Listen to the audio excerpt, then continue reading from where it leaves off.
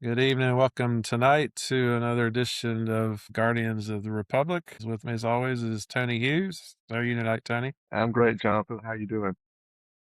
Doing peachy. As always, Jonathan Cole here. We're going to discuss what latest insanities transpired since our last episode. And as usual, it has never Yeah. failed us. It's more and more to talk about. So far every episode we have found yet a new level of hell. Exactly. So it's amazing. No, it is. And it's like, but it doesn't bode well because it just keeps getting worse. How much more worse is it going to get? I know. It's kind of Deeper, crazy. deeper. Yep. But so I guess we'll kick off with it's kind of a little bit older news, but it's still being discussed. Is the targeting of the elementary school in Iran on day one, and our government insisting it wasn't us, it was the Israelis. And then there's a still photograph of a Tomahawk missile about to explode on the place, and Israel nor Iran have Tomahawks. So, okay, well, maybe it was us, but there were weapons of terror in that school, so we had to take it out. But then the fact that not only did we hit it once and kill 200 students, but we hit it again 40 minutes later, which is usually a tactic you use when you want to kill the rescuers too. So, at what point is this targeted Yeah. murder as opposed to an act of war? Well, yeah, that school is adjacent to a naval base, and the naval base is certainly a legitimate target. I hadn't heard that they'd blamed the Israeli for it, but I did hear Trump say that he thought Iran had done it. In fact, he even said the Iran has Tomahawk missiles, which is completely false. I think there's only two other nations besides us that have Tomahawks. I think it's Great Britain and Australia, and neither one of and they have to be launched from ships or submarines, and neither one of those two nations are in the fight. So, to the extent that the screen grab of the Tomahawk coming in is legit, and I haven't heard anyone say yet that it's not a legitimate photograph. Um, Hegseth did sort of give away his little tell when they were on they were on Air, he and Trump on Air Force One. I guess over the weekend, and somebody asked him about the school, and Trump said that he thought that Iran did it and that Iran had tomahawks. Someone asked Hegseth, who was standing right behind Trump, if that was his position as well, and Hegseth said, "Well, we're investigating." So he did not confirm what Trump said. Uh, he said we're investigating. And I can appreciate that, we don't have access to the crash site.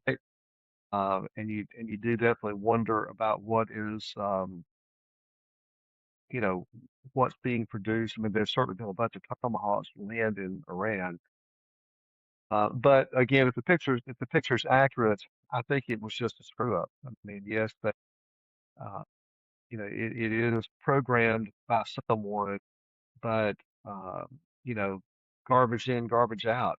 Just you miss a few decimal points on a GPS heading that you think is going to be building X and Navy base, and in reality, it's the building of a school that's 300 yards north of it. Uh, you can certainly see how something like that can happen, and I mean it's terrible.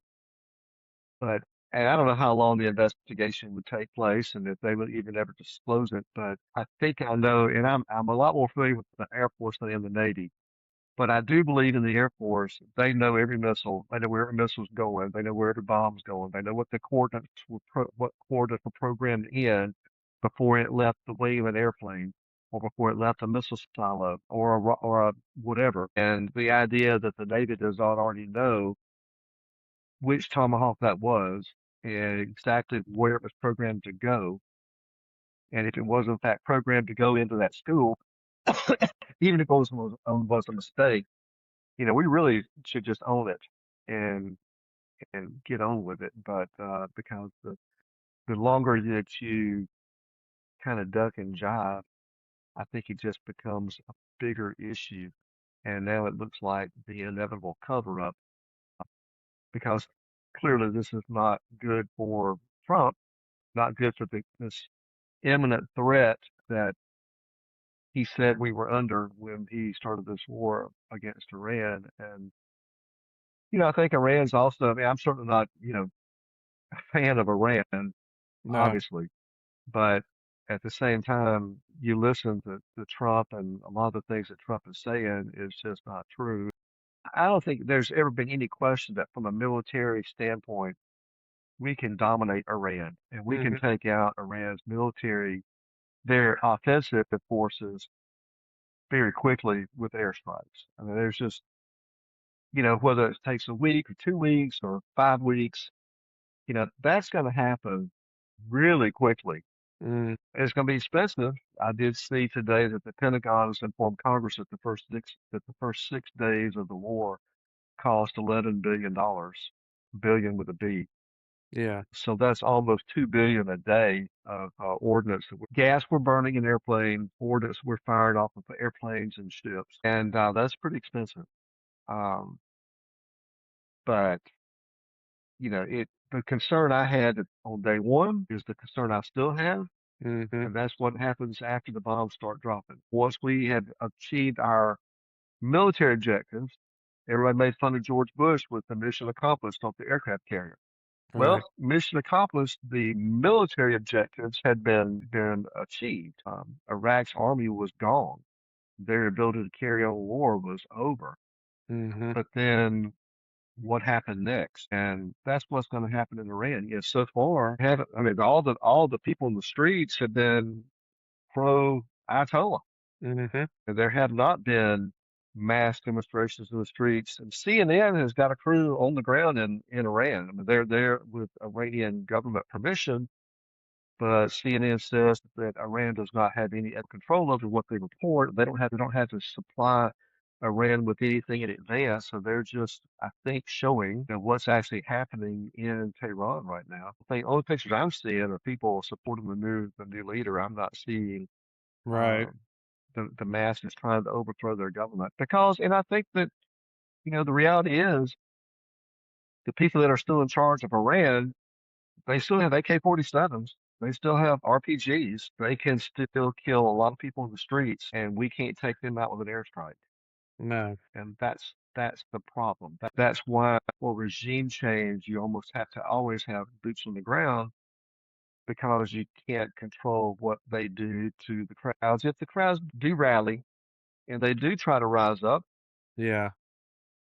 they're just going to get killed by the Revolutionary Guard because they still have all the guns. They have all the, may not be able to shoot an airplane out of the sky, but they can shoot a protester that's, 30 yards in front of them. And we have a And history of this kind of that has a thing. chilling effect. Yeah. 1956 Yeah. was? 1968. We led Hungary and Czechoslovakia to believe that if they stood up, we'd back them up, and we went crickets on them, and Yeah. Yeah. Soviet rolled in and butchered them up. Uh, Yeah. We were going to protect the Kurds in Iraq, yep. and which I really kind of laughed when I saw that they were trying to arm the Kurds in Iran now. It's like, and you don't really know what's the truth anymore when you read things in the media, because whether it Yeah. comes from CNN or NBC or ABC or Fox, I mean they're all slanted. But I saw one quote from an Iranian Kurd who said, "Well, of course we will try because we're afraid not to, because we're afraid of the United States. We've been so mistreated by them in the past Yeah. that we're afraid. We're afraid not to go along with what Trump says." So now whether that's going to be an effective tool, I think that remains to be seen. Yeah. Uh, I mean, just look what happened in Afghanistan. Look what happened in Iraq with us. The vast majority of the people killed were not in those initial stages of the war. It was the ground action. It was Mhm. the insurgents. It was the guerrilla war. Right. Just like Vietnam, that was a guerrilla war. Yep. And we lost 50 some odd thousand men and women over there. Exactly. That's just it, is when there's so many lessons in our history, like, don't do this, and you do it anyway, you have to wonder what your leadership is thinking. And that's been my thing with Trump all along. And not even with Trump, but forever with any foreign policy decisions, or even the serious decision to take our nation to war, is You have to look at ramifications. You can't just, we're the Yeah, biggest, baddest gorilla in the cage. We're going to go jump this little country that doesn't always work out that way. If we look at the Bay of Pigs invasion and the missile crisis in the next year, it's an issue of restraint. Like Kennedy was getting pushed 50 million ways to react to both situations with blunt force, and he resisted both times. And because he knew with the Bay of Pigs, all right, if I send troops into Cuba, they're going to send troops into West Berlin, and we're committed to protect them even with nuclear weapons. And at that yeah, point, all we knew about Khrushchev is he was yeah, the guy who was beating his shoe on the desk at the UN. We thought he was unstable. yeah, So why would we poke yeah, that bear, so to speak? yeah, But the next year, LeMay was basically saying nuclear wars might happen anyway. Let's just get on with it, and things like that. And even the ones they were saying, mhm, let's bomb them and send in ground troops. Well, years later, when the Soviet Union fell and all these files came, local commanders on the ground in Cuba had nuclear weapons and the authority to use them. So when that first invasion force hit the yeah, beach, where would that have gone to? The obvious answer was, annihilation, but it was that restraint. And most all of our presidents have exhibited that kind of restraint going into things. Or if they went into things, there was at least an exit strategy. We kind of learned that lesson from Vietnam. yeah. This current president. So now we've got ramifications. We've got a war with no clear end in sight. We replaced one Ayatollah with another. Good work there. And the His thing son, his son, is even he more, changed the last name. yeah. But I mean, the thing too with Iranians Just the is, younger, just the younger version of the young. yeah, the Iranians are, I mean, a lot of them have always been ultra conservative Muslims and they like these kind of guys. I mean, of course, there's dissidents, but that there wasn't a groundswell of let's get rid of this and start with something different. And of course, like you said, our track record Yeah, doesn't look well for them to like come to us. But then the other issue is, price of gas is going very, very much up. And so today, I don't know if you saw in the news, but Trump's answer is it's good for this country for the price of oil to go up. Have you figured that one out yet? we're gonna make a lot of money. We're making a lot of money. How much money did you make today from having to spend an extra buck and a half for gasoline? That's just it. My diesel's almost $2. I mean, it's almost $2 a gallon up. Yeah, But let me tell you, that's going to translate. I mean, jet fuel, aviation fuel. This is going to be tickets for your airline travel right here as we get into the summer months. It's going to be yeah, transportation of your food, and goods and services by truck and by rail because they run off of diesel yeah, as well. This is just going to hurt us from an inflationary standpoint. The thing that I really, I posted about this on Facebook yesterday, I think. We national, our strategic petroleum reserve yeah, is about 714 million barrels maximum capacity.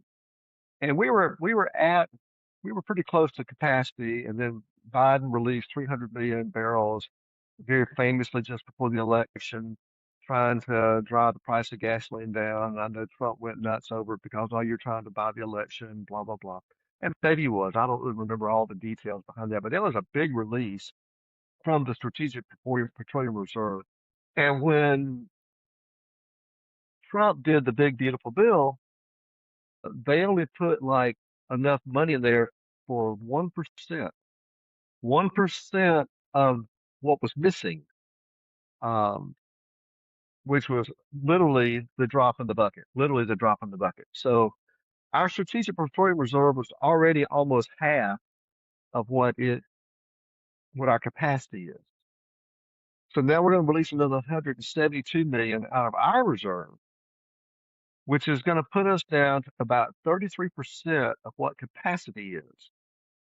Now, again, this to me is just a shocking lack of planning when you choose to go to war. And you know that the first thing that's going to come into play is going to be the Strait of Hormuz. because that's 20% of the world's oil supplies coming through that strait. And Iran owns that.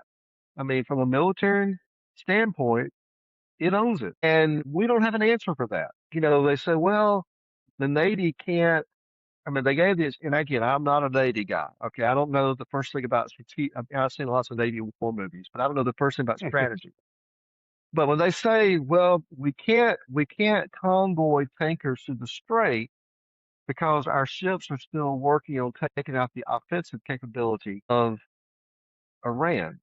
Mhm. And I really think I want to throw the bullshit flag on that. I think the reason we're not putting ships in convoys across the straits is because it's not safe. Yeah. And the last thing we can do, the last thing, I mean, it's bad enough to lose an oil tanker, but to lose a Navy warship in the Strait of Hormuz to Iran, what a massive black eye politically and practically to, I mean, not only the death of those sailors, but Yeah. just the political black eye that Trump's would take if we lose a warship to Iran in the Strait of Hormuz. And I think that's one reason why they're still going to just take their time to the extent they can to eliminate whatever threat they think Iran can muster with the Strait of Hormuz. And I don't know how long that's going to take because Yeah. Iran's been planning for this for a long time. I mean, the people in Iran, the leadership in Iran, I don't like them. They're bad people, but Yep. they're not idiots. No. And they were in a war with Iraq for what 10 years before we ever took on Iraq, Yeah. and they had been basically sticking their thumb in our eye to their underlings, their minions, Hamas and Hezbollah, and so they certainly understand combat and tactics and how the U.S. operates. Yeah. I mean, just the fact that what were there five ships on fire in the Persian Gulf right now, thanks to Iran. They still have some things, even though Trump is saying, "Well, we've already won," and they have nothing left. Well, they're shooting something, and it's hitting some stuff, and they talk about how inaccurate the weapons are, but Yeah. they're still landing on oil facilities in the Gulf of some of our Gulf allies, and what they're firing at Israel, cluster munitions. I think they intend to kill and maim as many people in Israel as they possibly can. But Right. yeah, I think the reason why we're not convoying is because it's not safe. We don't have the ability. We're not willing to risk that uh, those ships yet, Yeah. our Navy ships. Well, and it's not just that. Even a convoy is an incomplete defense. The Navy doctrine would be to send in, no way in hell we're going to send a carrier through that strait. It's going to have to be Oh no, we're not going to carrier. destroyers and frigates for the most part, They have air cover. but They have not. air cover from the Navy Yeah, probably, but you're but right. It's not. going to be destroyers. It's Yeah. screening. It's screening. Crew is So screening there's ships. destroyers and frigates that have an anti-submarine warfare role, and then there's ones that do they call air pickets, Mm, and it's air defense. So they would be the ones yeah, trying to fight off the drone attacks, or if the Iranians sent an aircraft. yeah, They have small patrol vessels that could dart out in maybe large numbers, and you got to pick them all off before they get near you, because they could be loaded with bombs, yeah, set off close proximity. Of course, you got drones, but also the big threat is even they were freaking about last night is mines, which is an old technology, but they're saying Iran might have as many as 7,000 naval mines that they could sow in the Strait of Hormuz. And that's scary because up until about the 80s, there were still mines from World War II blowing up ships. They can sit out there and float from there.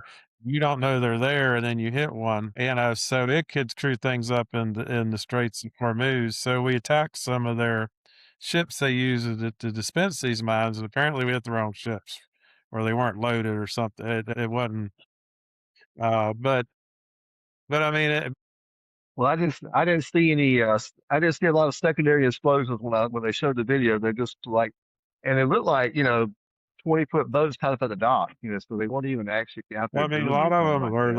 like So, oversized. but I'll trust our intel that it was. Yeah, Most of them are oversized yachts, and they have, like, rails on the back, and they go along, and they literally just push these off at intervals.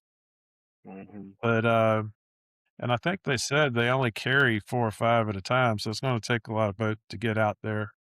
But still, yeah, it's trying to force a strait.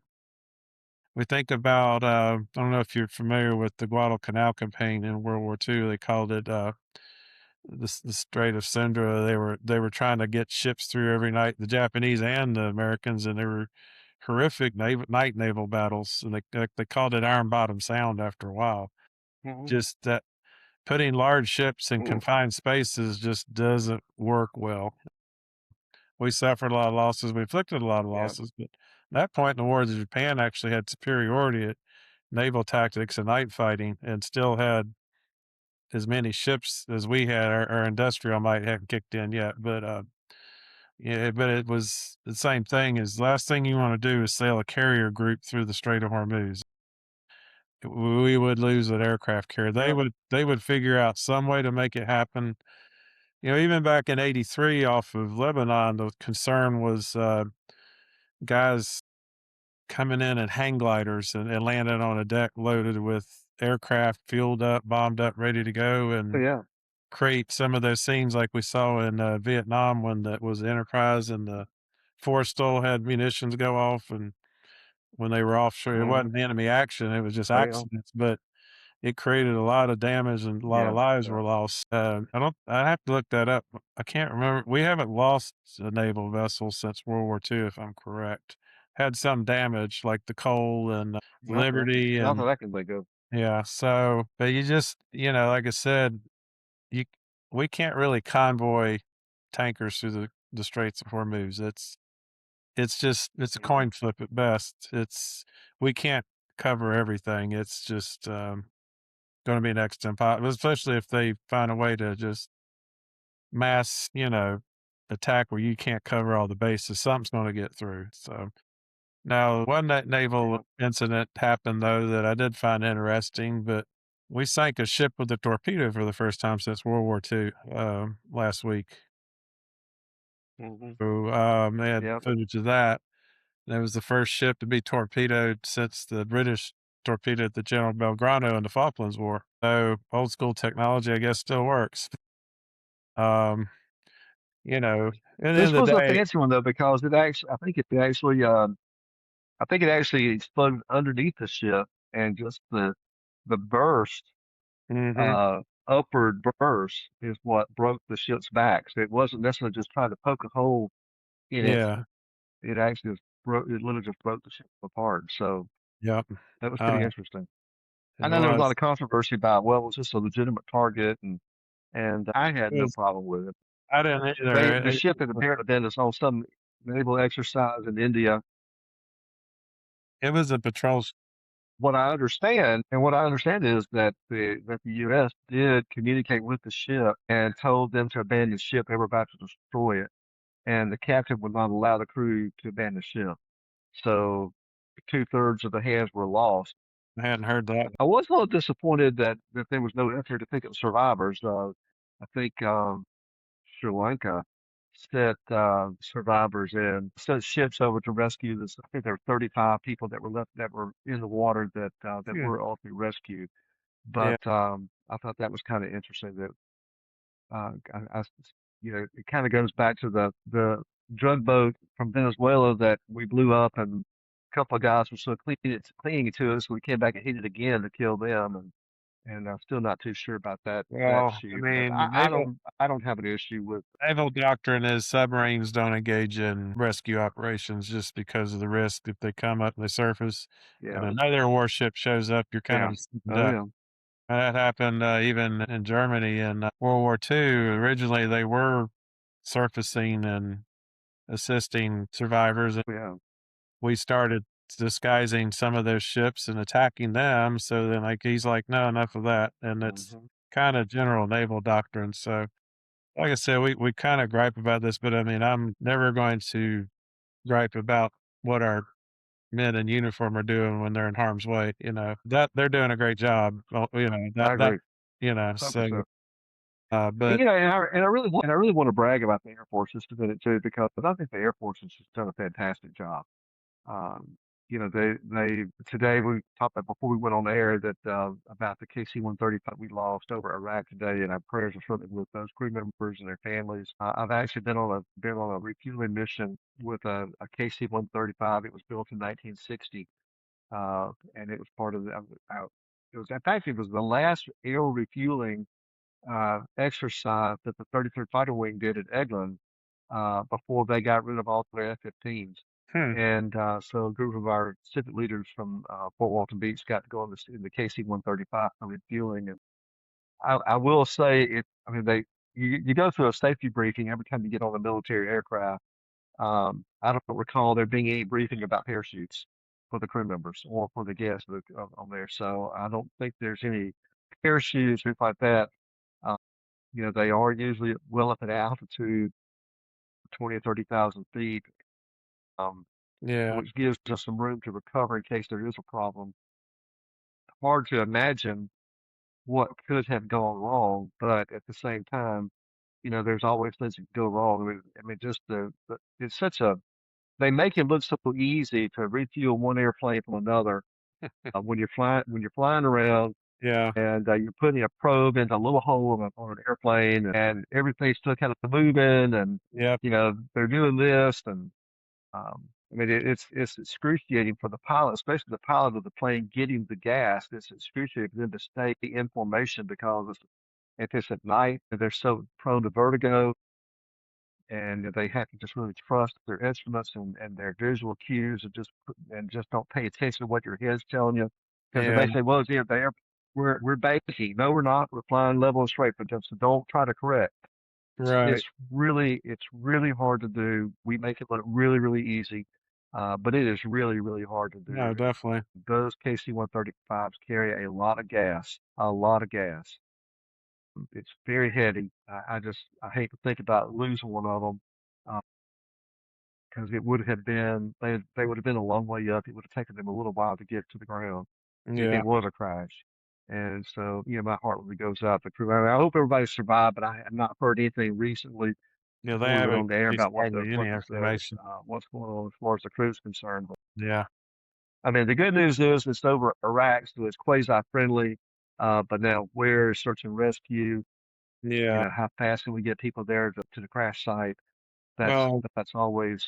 I know the Air Force plans for that. They will have a plan for that, but how right, fast can they get there exactly. is the real question. Because those guys come in usually helicopters, Yeah. So I can so they're attest just not that fast.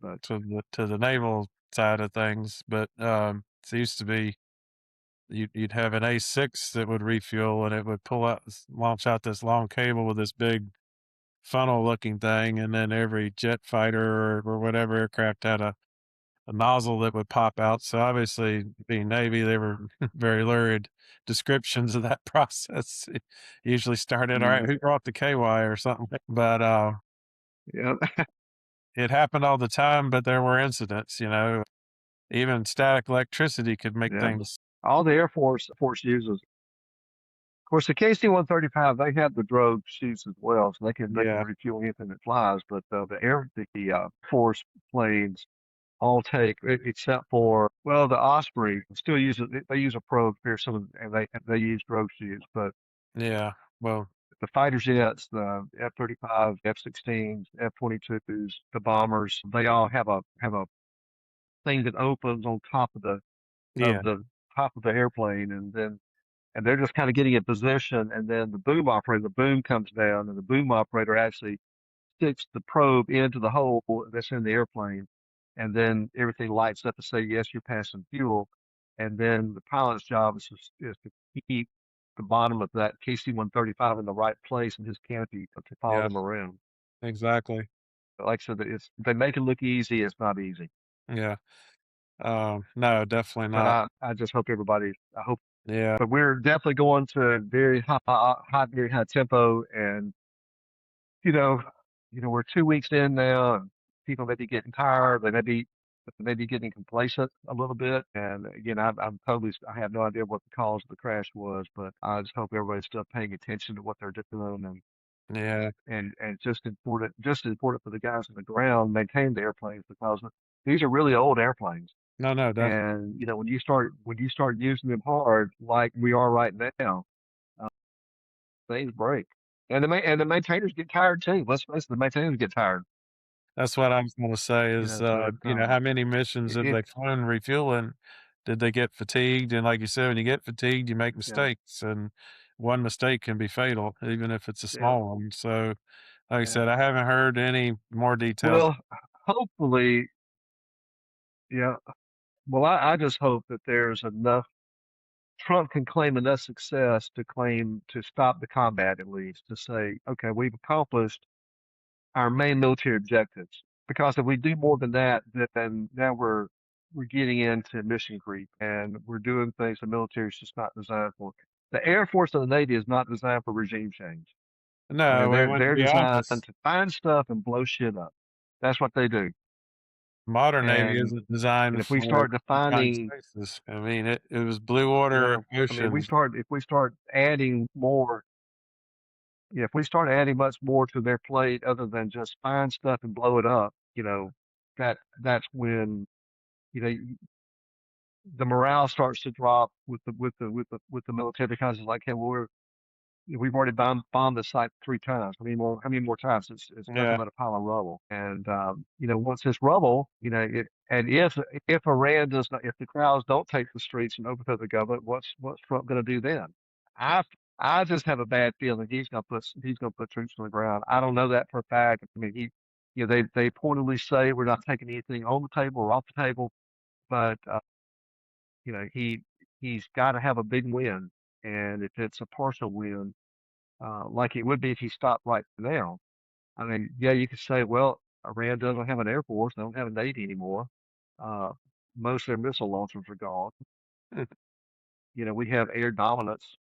We control the skies over Iran. That's really about all our military can do from the air, yeah. short of going on the ground. Well, and And that's, the but I'll tell you this: if we don't yeah. go on the ground, and this is really getting into that 50,000 foot stratosphere here, but what if we don't go on the ground? Why do we still have an army then? I Mhm. mean, and yeah, look, I was against the war. I'm gonna say that. I mean, there was no imminent threat that I'd heard expressed by anyone yet, other than Trump's feeling that there was that. Well, Iran was going to attack us. There's no evidence of that. Iran was going to take over the Middle East. There's no evidence of that. Iran was a bunch of bad people. There's plenty of evidence of that. Yeah. And they've been bad for 47 years. But I don't think you just go to war over something that happened, cumulatively over 47 years. Nothing was happening right then. But I guess instead of saying that, I should say but this has been an Air Force war and a Navy war. This has not been an Army war. This has not been a Marine Corps war. So, and those generals in the Pentagon Mhm. are about to wet their britches to get into this fight because that's just what they do. And That used to be the and saying. if we don't go on the ground, I mean, I mean, this is actually something I've been saying for years now. Why do we spend so much money on a ground army? Mhm. I think we learned our lesson in Iraq for sure. Our occupation of Iraq was a total disaster. I mean, and we just made a lot of mistakes going in. Made a mistake by going in the first place. But even then, we were there. We achieved a great military victory, but it was the occupation of Iraq that everything fell apart. But you had to have an army to occupy Iraq, Yep. and you didn't have to have an army just to defeat Iraq militarily. So I will ask the question rhetorically: why do we spend hundreds of billions of dollars on a ground army if we're not going to use it? Because I just can't envision. I mean, are we gonna take our army and invade China?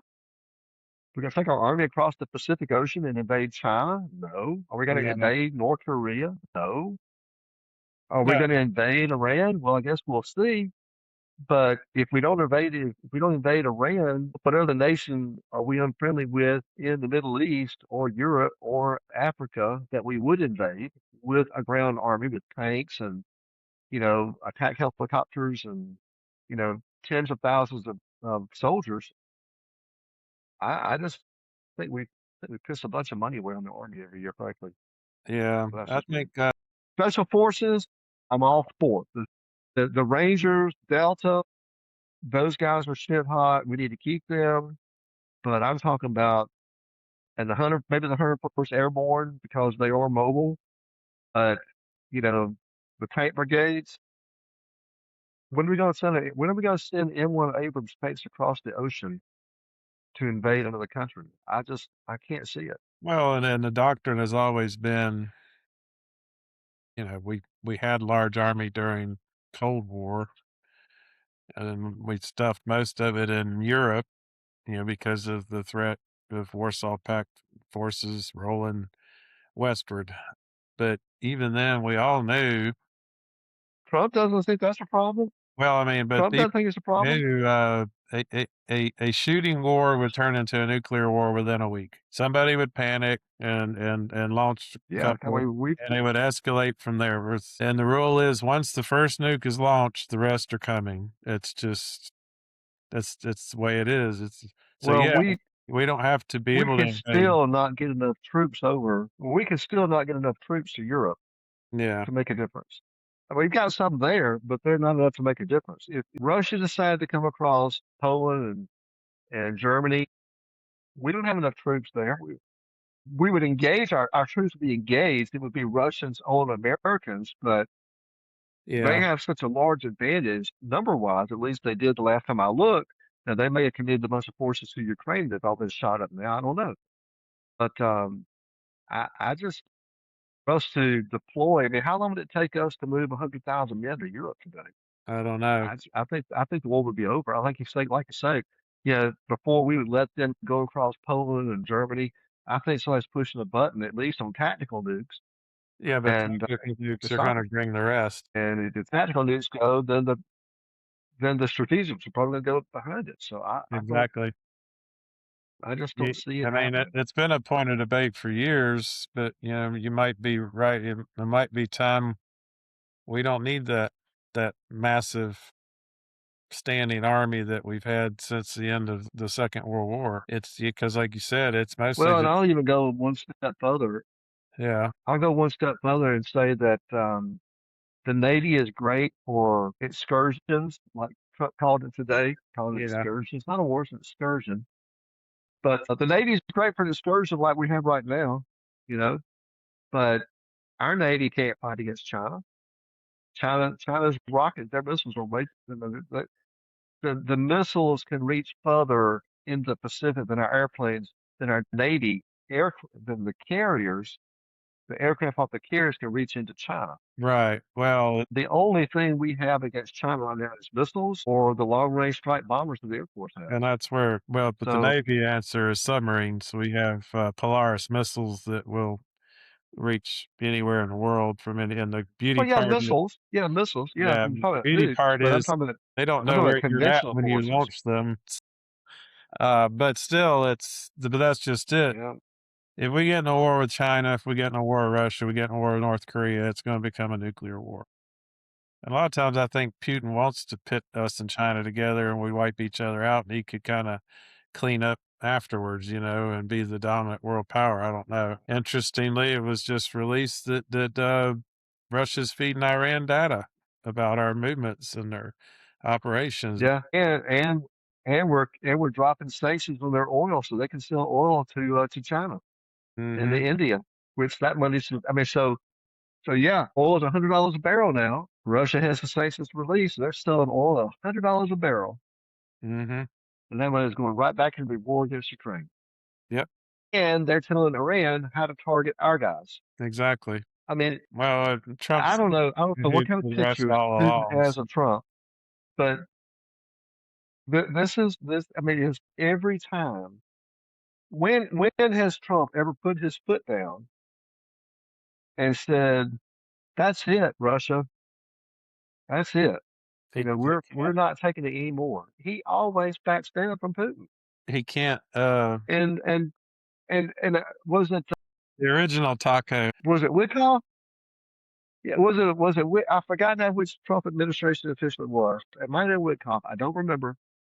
But they asked him, I think, in one of the Sunday talk shows about Russia selling or Russia giving intel to Iran about our forces. And he said, well, we've asked Russia about that, and they said they're not doing that, and we take them at their word.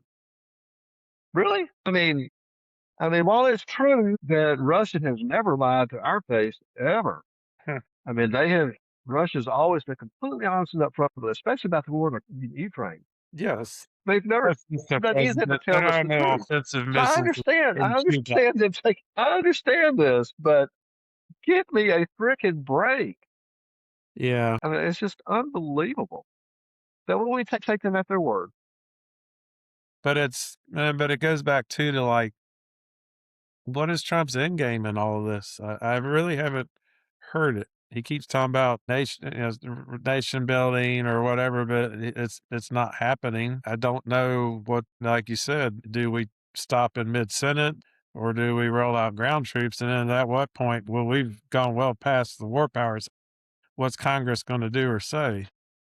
Yeah. You know, it's Yeah. going to take. I think at that point, you almost need a declaration of war. You know, Jimmy Fallon had a great piece. He had a funny skit Yeah. like 2 days after the war started, and they'd taken these clips of Trump. It's like Jimmy Fallon was interviewing Trump about the war and had all these totally out of context clips. Yeah. And one of the questions was, well, Mr. President, what's the main thing you want to see destroyed in this war? And Trump said, the Epstein files. And I tell you, I keep on going back to that great movie, Wag the Dog. And you know, Yeah. you just can't help but wonder. You're in trouble politically. Mhm. You're crashing in the polls. What's the one thing that the Americans always rally around? That's the military, especially their involvement in combat. Yep. And even if you don't agree with Trump going to war, choosing this war at this point in time, you're still going to love the military. It's hard to. I had a good friend who was a Gold Star father on Facebook just kind of rip into me because I was critical of Trump's decision to go to war, and I was really dinging him over Fox News is broadcasting that video Mhm. because Trump wore a hat. You know, didn't take his hat off. It was just a ball Right. cap. It was off of his campaign site. You could buy the same cap for like $40 off of the Right. TrumpSales.com website, and didn't remove it when flag Drake transfer cases walked by, 6 of them. And but rather than broadcast that, Fox News broadcast the identified transfer from Trump's first term, Yeah. where he is uncovered. And of course, you know, this guy, yeah, I know him very well. His son was a captain in the Air Force. He was a special tactics officer. He and a senior enlisted guy were killed in in fact, I think it was actually a blue on blue environment where Afghan national they were dressed in Afghan army uniforms, and they turned their guns on our Americans and killed these two guys. Oh, And wow. so, I mean, he's been to his own son's transfer. It's a very, very sore subject for him. Yeah. And he was very critical of me, you know, politicizing the dignified transfer. And I had to remind him that, look, I was critical of Fox News for broadcasting the wrong video and broadcasting a video that made Trump look better than he really was. Right. And yes, I will also criticize a political leader at a military event for not removing his cover Mhm. when 6 deceased military members passed in front of him that he ordered into that engagement. Yeah. And he is I mean, he didn't kill them obviously, but his orders were responsible for their deaths. And Exactly. I just think it's an ultimate sign of disrespect. And I had to remind him that your son gave his life so that I can exercise my right of free speech. And while I don't have any control over what the president does, But I hope at some point in time, these combat operations draw to a close as quickly as possible, especially if it turns out they are as unpopular as it seems that they are, that we don't create more Gold Star fathers, Mm, Gold Star mothers, Gold Star wives, Gold Star husbands, Gold Star children, because that's the ultimate goal. right. But I don't think I convinced him. But at the same time, it's a I do believe everything Trump does is calculated in terms of politics to make the politics look good for him. I don't think the politics are looking good for him right now, but that's just me. No, I mean, I'm but obviously not a Trump fan. I'm just to remind well, people that are watching, I am a diehard Reagan conservative Republican. I am not MAGA, yeah, and I still have a brain to think for myself. And I don't just toe. So many people, I'm against war unless Trump wants it. I'm against taxes unless Trump wants it. I'm exactly. against tariffs unless Trump wants it. I'm against government ownership of businesses unless Trump wants it. All the things that conservative Republicans have you just died on the hill for Mm, in the past, MAGA has just thrown away because Trump wants it. And yep. I'm not that guy. I still have to No. think for myself. Well, like I said, I've had his measure since the '80s, so tried to tell everybody, but nobody listens. But it goes to two things. One is that, and it's not. This is just a small sample, but Trump has no concept. Well, no, he might have a concept, but presidential decorum. He really doesn't care. I mean, he thinks he's above all that. Oh, I don't have to take my Yeah, hat off. I'm Donald Trump. But the other thing, again, going back to the Fox yeah. News decision to polish the turd. I have this had this conversation for 25 years or more. Just simple question. If someone you're a MAGA person, what news do you watch? You watch Fox News. If that's your sole Fox source News or News Nation. so if that's your sole source of news and information, and that's a very loosely used term, MAGA people didn't see Trump dishonor Yeah, 6 servicemen. And then again, Fox News dishonored those 6 servicemen by showing someone else's bodies coming off of a plane. I mean, that's who needs to be mad is the six yeah, servicemen that perished that weren't even were a political pawn with Fox News, but that's the way it's always been. Everybody's like, I yeah, don't see how Trump could be so popular. Everything he does is they don't see that because Fox doesn't portray it. Newsmax doesn't portray it. OAN, yeah, they don't show the stuff that we see. So they think everything's hunky yeah, dory or it's fake news. That's just CNN. They hate, Trump just does what is it? Trump derangement syndrome, all those useful things. The fact of the matter is, yeah. he's doing these things, and more people are seeing it, and a lot of veterans groups and Republicans were upset by this episode. But here again, it's just Trump being Trump. And we didn't even get into, Well, I make a point to watch. I watch a little bit of all of them, yeah, and I can tell you. I mean, I've listened to NS Now, NBC, CNN, and Fox News talk about the same exact subject, the hmm, same exact subject, and they might as well be talking about the light side of the moon versus the dark side of the moon. yeah, I mean, and I guess, and again, I try really hard not to get into my own confirmation bias, okay? yeah, Just because I believe it, I want to hear it, I really yeah. try to stay away from that. But I will say this, like you said, what you see out of Fox is so blatantly one-sided, and they do not cover the negative side at all unless they just don't have any option.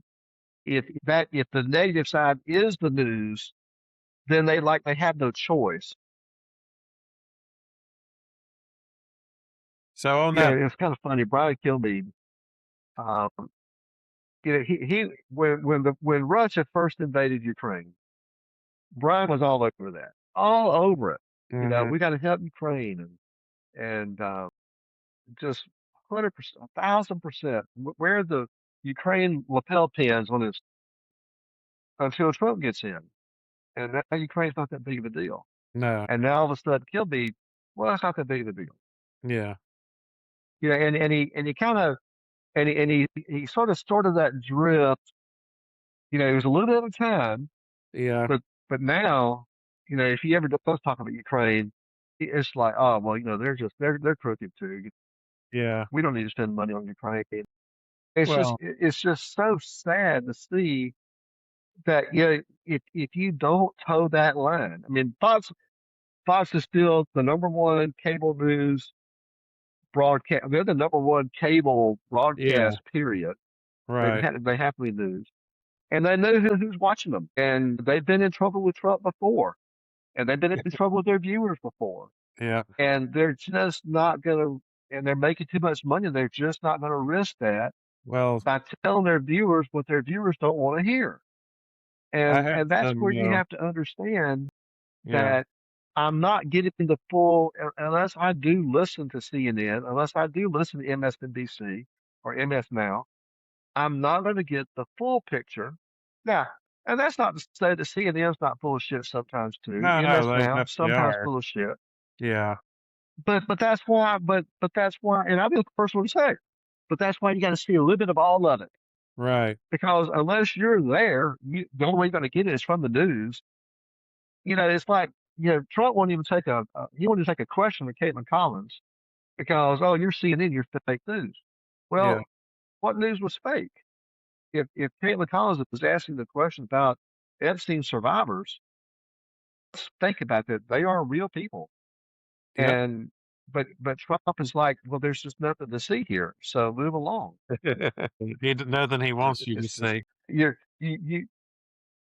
But I tell you, MAGA Yeah. folks, they don't want to hear anything bad. Yeah. They do not want to hear anything bad at all, And then and kind you of just on piss that them note, off if you do. If you present something that's not, yeah. I I had a clue what was about to go down on January 6th. So I purposely watched the whole coverage on Fox just because I want to hear Mhm. what. And I swear, for hours, it sounded like Beavis and Butthead trying to figure out what to say and how to spin this because we're seeing this with our own eyes. Yeah, yeah, How we spin this, Butthead? It's like, and it took them a while to finally come up with, oh, this was all, this was Nancy Pelosi's fault. No, the Antifa, they triggered but as it was happening, it was like they were silent. They didn't know we don't know what we're looking at. It's like, I knew exactly what I was looking at, and so, there's the famous case a few years ago where Fox was sued for libel, and their defense was, we're not a news organization, we're an entertainment organization. So we're not yeah. bound to tell the truth. Well, So, that was over the voting. That was over the voting. That was over the vote the ballot boxes. mhm. So, Uh, all right, if so you're gonna come right out and admit it, why the hell should I watch your news, programs? That you're telling me you're just making it up. And I mean, but when that happens in efforts to fan the flames of war, we're talking about something that goes all the way back to uh, the Spanish American War. That was a purely news media war that started that. It was a William yeah, Randolph Hearst, paint me a picture and I'll get a war, something like that. mm, I can't remember exactly, but even, hmm, the Civil War, a lot of people that really take the time to study it, it was caused by the South being inflamed by its media, which included churches at the time. They had everybody convinced that Nick Lincoln was this ogre abolitionist who's going to invade this country and rape your women and free your slaves, and that's why they went to war when none of that was really true. No, it's so now you've got news agencies that are just bending themselves into pretzels trying to justify what's happening in Iran, but that doesn't make it right, doesn't make it good foreign policy, doesn't make it the good conduct of a war. And that's really where well, things went south in Vietnam. A lot of people are saying is the fact that for the first time ever, we had television news over there. So no matter what they might say from a podium in the Pentagon, news networks were showing the real story, Mm-hmm. especially during the Tet Offensive. And oh yeah, we've got Mm-hmm. this Mm-hmm. one. Well, why are there Viet Cong running amok in Saigon? You know, and then the Malay Mm-hmm. massacre happens, and Yeah. then public support it went out the window, and Johnson decided I'm not going to try to run. I'm going to lose now because I lost all credibility because people know what's really happening. Well, I think, and not to chase too much of a rabbit, I think that you could actually make the argument that the Tet Offensive, now, they certainly caught us with our pants down. There's no question about that. Yeah. But once we had a chance to regroup, it wound up being a massive military victory Yep. for the military. But because it had started off so poorly and Yeah. was reported as such, accurately reported as such, that in the minds of the American public, it was a massive disaster. Yep. And it was at the beginning. But they did.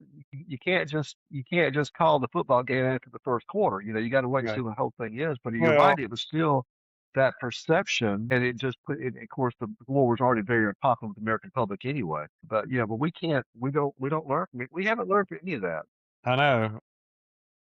I mean, in the first few years, it had support, but then Tet was the tipping point because we were being told it's being won. We've got to Yeah, handle. We're bringing your boys home, and then everybody saw for themselves that that's not what's happening. And then they're Westmoreland not coming home yet. Westmoreland says, well, actually, if I had 250,000 more troops, I can win this thing. Well, there are already 750,000 over there. Everybody just realized there is no end in sight to this. Gotten ourselves, and that was No. always the thing they said. Won all in Vietnam, we won all the battles, but we lost the war. It was um, Yeah. the Ho Chi Minh and General Giap and the Well, you tell the military to fight with both hands tied behind their back too, and that's the problem. yeah, no, Because you definitely, can't go you can't go to Hanoi, you can't go to North Vietnam, you yeah, can't you can't go into other countries that the North Vietnamese are using as sanctuary. You can't yeah. go at them where they are, and once they realize that, they exploit it. Well, we bombed the devil out of North Vietnam, but we never sent troops in. So, and I never understood that Not either. until not until the Nixon was there. You didn't do it with Johnson. You did it. You had to do it with Nixon, and that's what finally got him to the peace table. But then Well, again, the peace was a joke because no, it that was was just a way for us to get out. no, And it as soon was as we were peace. out, Yeah, North Vietnam moved right back in. exactly. And they knew, and actually Kissinger and Nixon knew that. It's just like we just got to get out and say Yeah, we they did. won, and we really didn't. Yeah, But they did. and that was again backing the wrong That's why we horse. didn't lift a finger when it. Yep, Yeah, but I mean, again, these are lessons. But I mean, we propped up the wrong leaders. We started with Eisenhower and administration put in the Dim brothers who were Catholics in a country that was 88% Buddhist, and they were never popular. Then hmm eventually we like we actually signaled to coup to take them out of power. And then we'd have the coup every 2 or 3 months. Henry Cabot Lodge, our ambassador, famously told General Tew, "We Americans are tired of your coups." But it's like every leader that kept getting installed was even less popular with the local population. And at the end of the day, the average Vietnamese villager just wanted to grow rice, have a family, and live. And that, it just, and it.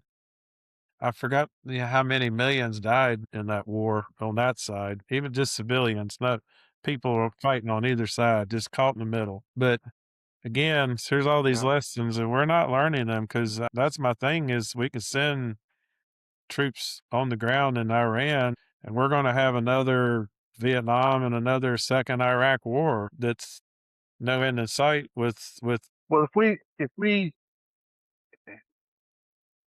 well, this is going to be, and I'll leave you with this for the night. yeah. I mean, this is a bunch of ifs, but if our military objectives are accomplished, and even if people do rise up to try to overthrow the government, but that Revolutionary Guard still has all the guns, and we don't put troops on the ground, Mhm. there's nothing there to protect the people that are trying to rise up, and it does turn into a civil war. Yeah. how many hundreds of thousands of Iranians will die as a result of this? Exactly. And what are we going to do about it? Because this is the Colin Powell, you know, um, Pottery Barn rule. You break it, you own it. And yeah, they're bad people. There's no question about that. But we tip the bucket over here, and if we don't send in, I hope we don't. But again, I hope I didn't wasn't in favor of starting this process to begin with. But how bad does it have to get in Iran from a civil war standpoint before we do something about it, or will it just be whoever's left alive will wind up inheriting the country after you've killed off 200, 300,000 people? Yeah. And their blood, I think, is going to be on Trump's hands. And the And this is just, I've said all along, yeah. Trump is going to wind up going in history.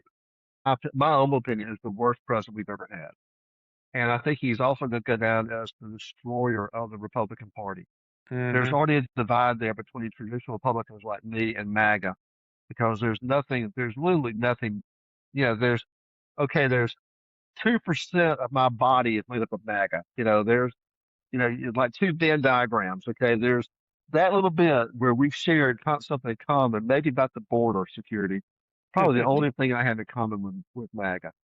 But but if Iran turns out to be an abject disaster, it turns out to be a civil war where hundreds of thousands of people get killed. This is going to destroy the Republican Party, and Trump is going to go down. He's going to go down with the ship because he doesn't have the personality to ever say, "Oh my God, I was wrong," and please don't hold my party responsible for this. No, he's gonna defend it to the death Yeah, because no. that's his personality. And it Anyway, just worries me what we're getting into because, think back to the second Iraq war. We won a quick military victory and we created a power vacuum and we were able to fill it with a local democratic type government. But the difference between Iraq and Iran is Iraq was always a more progressive nation. Party was more liberal than right, most. Actually, and it that was was not run by a religious leader. yeah, but it Saddam was Hussein was not a religious leader. well, I mean, the thing that like, why are you getting?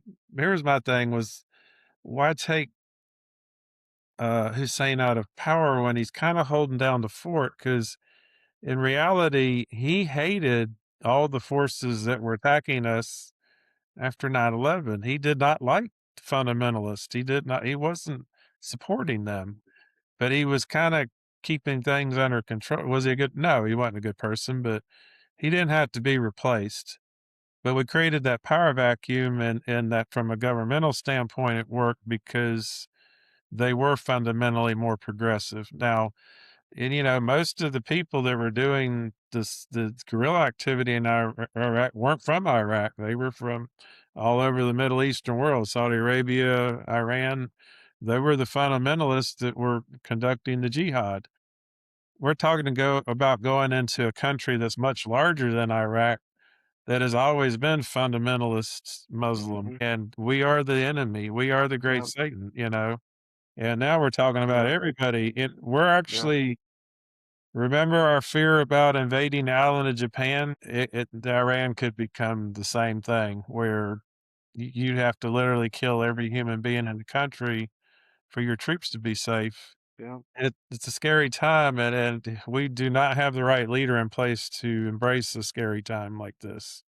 Yeah, so I hear rumblings of Thune and Johnson maybe getting a little more bristly about things, but I'll believe it when I see it. But at some point, they've got to man up and Yeah. get some accountability and forget the Well, we whole gotta see what they do. We gotta see thing. what Thune's gonna do with the. Well, Trump's putting everything on black with the Save America Act, and yeah, I guess we'll probably talk about that next week because it's Yeah, too many. I mean, it's advertised as nothing but voter ID, but trust me, it's way more than voter ID. well, I mean, literally every person that ever changes their voter registration is going to have to prove citizenship.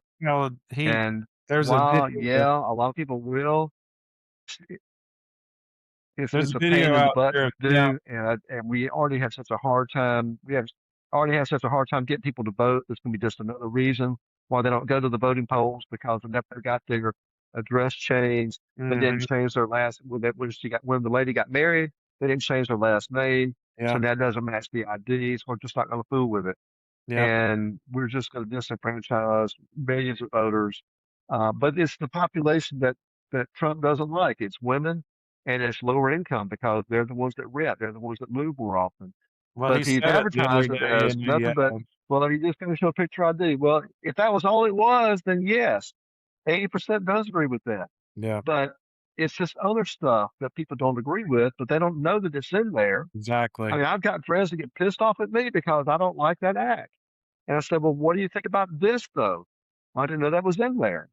Well, you should, and of course, they're MAGA people. So they say, well, Yeah. you should show some personal responsibility and take care of stuff like that. Well, Well, that's to all get well and there, good. trying to get But them to resolve. when you move 5 times in 10 years, Yep. you lose stuff. You don't keep up with stuff. You throw it away accidentally. I mean, I moved here to Andalusia about 8 months ago, and I'm still looking for stuff that I guess I must have thrown away because I can't find it. Well, so there's a So bootleg I know video where a out passport there is. I can still of, vote, yeah, but there's a bootleg video out there of Trump at a fundraiser last week where he pretty much just said, "Save Act guarantees we win the midterms." He just comes right out and says it. It was one yeah. of those somebody wasn't supposed to be recording Well, moments. he's got this thing with John. When I saw John Cornyn has now been from the officially because he's now stating that the SAVE Act is more important than the filibuster is. So Yeah, he's willing to vote to get rid of the filibuster, even though Cornyn's been one of the biggest defenders of it. But he won't get Trump's endorsement in his runoff for Texas if he doesn't bend the knee. right. So, and I think Trump wants to endorse Cornyn because I think the Democrat that's going to be running, I think they have a quality candidate for the Senate in Texas, and I don't think that Patrick has got a prayer against the Republican if it's not Cornyn, but Cornyn might still win if he can get Trump's endorsement. Yeah. Uh, it's going to It's be interesting. But have you I look, I always worry about what happens when the worm turns and the shoe's on the other foot, Yep. and now the Democrats have got 51 votes and we've got 49. Well, before that was the only thing that was the only thing that kept Republicans in the game in Congress was the filibuster. The Republicans have forgotten that because we just want the sugar rush. We want the Trump sugar rush. We're not thinking ahead. We don't think 5 years ahead, 10 years ahead. We're going to lose ultimately at some point in time. Republicans are going to lose control of one or both houses of Congress. yeah. And the only way you can help bring the other party into compromise is with the filibuster, the threat of a filibuster. But That's see, been a but the yeah, Republicans, Trump does not negotiate anything. Trump just crams it down your throat because he has no negotiating skills. All he has is brute strength and the attitude of a bully. And he doesn't compromise in any way at all because yeah, he's got Republicans afraid that he's going to denounce them like he did MTG, and all of a sudden they're out yeah. and they Well, want to stay in power. So Texas is gonna be interesting. it's going to be interesting to see how these midterms go. It Yeah, really ha is. have you had a chance to look into Talaferro much? The Democrat that A little bit. I think he's a quality. I think he will take a lot of. Well, I guarantee you, if there's Republicans like me in Texas, they're not going to vote for Paxton. yeah, And the Democrat in this case may be the lesser of two evils as far as compared to Paxson. Paxson's got lot of baggage. I think he is MAGA through and through, and he is Trump on steroids. And I think that's going to turn off a lot of the more mainstream Republicans like me. Whereas the Democrats, he's well spoken, relatively conservative. He does not have extremist views. I know he got a lot of flack about. He said that God was not binary, and yes, I understand that people look at Scripture and is God the Father, is God as in a masculine sex, but at the same time, look, God made men and He made female, yeah. and I think that's what the Democrats. How you say his last name again? Talk, Yeah, Talfaro. He is his point. The point he was trying to make was that God does not play favors with the sexes. God made all the sexes. Mhm. So it's not, we really should not think about him as being male and therefore against female. Right. He's not female against male. He's God. He is sovereign. He Yeah. is all of it. And I agree with that. I mean, yes, I know the Father, the Son, the Holy Spirit, but at the same time, and Jesus was a man, Yeah. but I also got to remember that God was speaking inspiration through other men, you know, 4,000 years ago. Mhm. And you just can't get too scientific with people back then, like Yeah. we maybe can be today. Right. And certainly thinking about how big God is, I could not, I would never say, well, you know, you know, um, God gets horny if he hadn't had any, in a week. That's just not how God is. He's not that kind of a male. Right. God is God. He is all of it. He is all of it wrapped into one big package. And I Yeah. think that's what he was trying to say. And I agree with If that. you go on Um, YouTube, you can see a lot of his yeah, sermons. He's been building towards this for a while, and I think that's the thing is he's been preaching more of the Jesus message as opposed to the Christian message. He focuses on the gospel accounts and what yeah, Jesus taught. He doesn't get in the weeds with a lot of the things the Christian nationalists get into.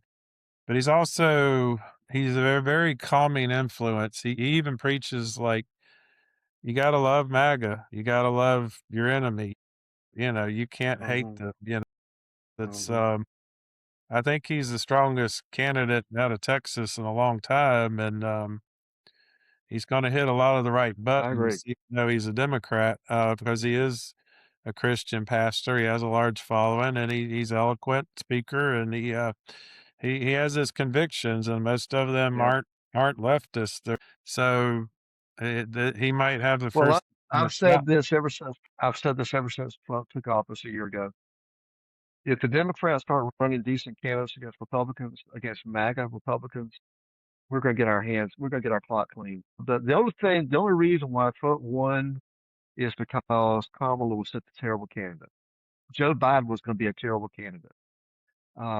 If the Democrats had run someone decent, someone that could put two sentences into a paragraph together, Yeah. have a conscious thought like Biden couldn't, uh, Well, I think they run circles around Trump.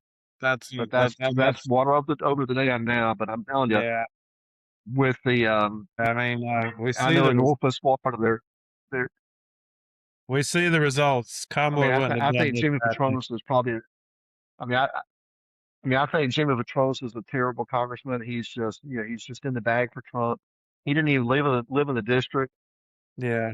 but he got the Trump endorsement over everybody else that lived in the district, and he was basically anointed to be the congressman in the first district of Northwest Florida. Um, the Democrat that ran against, I guess, ran against somebody.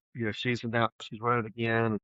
I saw her campaign Facebook page on one of my friends' Facebook pages that they had reposted it. And I went and looked, and it's her platform's nothing but gun control. And I even made a comment. It's like, well, if she wants to stand a decent chance, she's got to come up with something besides gun control.